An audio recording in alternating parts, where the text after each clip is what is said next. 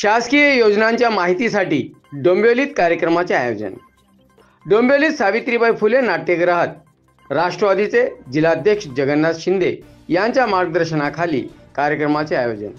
खासदार डॉक्टर श्रीकांत शिंदे यांच्या पुढाकाराने कार्यक्रमाचे आयोजन। 50,000 योजनांची नेमणूक या योजनेअंतर्गत करण्यात येणार आहे। तर यामध्ये कुठल्या प्रकारच्या मनुष्यबळाची मागणी त्यांच्याकडे आहे, ही मनुष्यबळाची मागणी त्यांनी ह्या पोर्टलवर नोंदविणं आवश्यक आहे। आणि मागणी नोंदवल्याच्या नंतर त्यांना त्यांची पात्रता निकष काय आहे,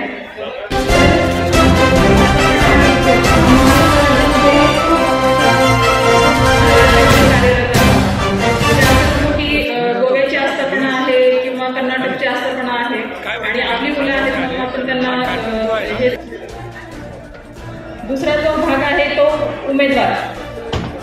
तर उमेदवारांसाठी जी पात्रता असणार आहे किंवा त्याचे जे निकष आहेत ते काय आहे, तर सर्वप्रथम आपण शासनाचं जे पोर्टल आहे का स्वरूप आहे हा आजचा जो कार्यक्रम आहे हा महाराष्ट्र शासनामध्ये मुख्यमंत्र्यांची लाडकी बहीण जी योजना आहे याच्यामध्ये लाभार्थ्यांना जे लाभार्थी आहेत त्यांना चांगल्या प्रकारची माहिती देण्यासाठी सर्व जे आमचे खासदार आहेत डॉक्टर श्रीकांत शिंदे यांनी गव्हर्नमेंट कलेक्टर ऑफिसचे जिल्हाधिकाऱ्यांना बोलून ह्या दोन्ही योजनांची माहिती कशी या योजनाचा लाभ सर्वसामान्यांना मिळाला पाहिजे आणि त्यासाठी कार्यकर्त्यांचं एक ट्रेनिंग शिबिर आहे।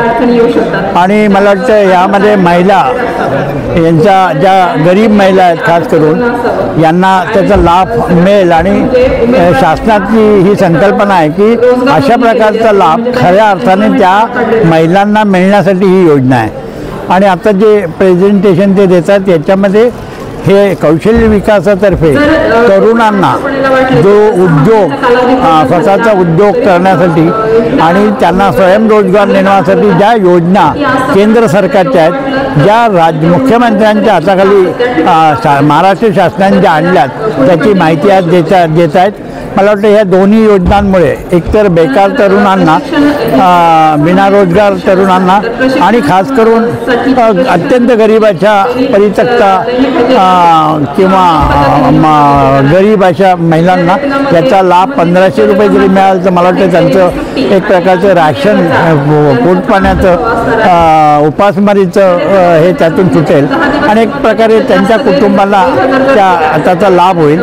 आणि त्या दृष्टीने आज ज्या काही योजना आहेत त्या आज माननीय डॉक्टर श्रीकांत शिंदे खासदार यांनी आपल्या प्रयत्नाने आयोजित केल्यात। ही एक चांगली योजना आहे त्यामुळे कार्यकर्त्यांना या योजना करतील आणि खालच्या स्तरापर्यंत या योजनेचा लाभ लोकांना मिळेल। धन्यवाद।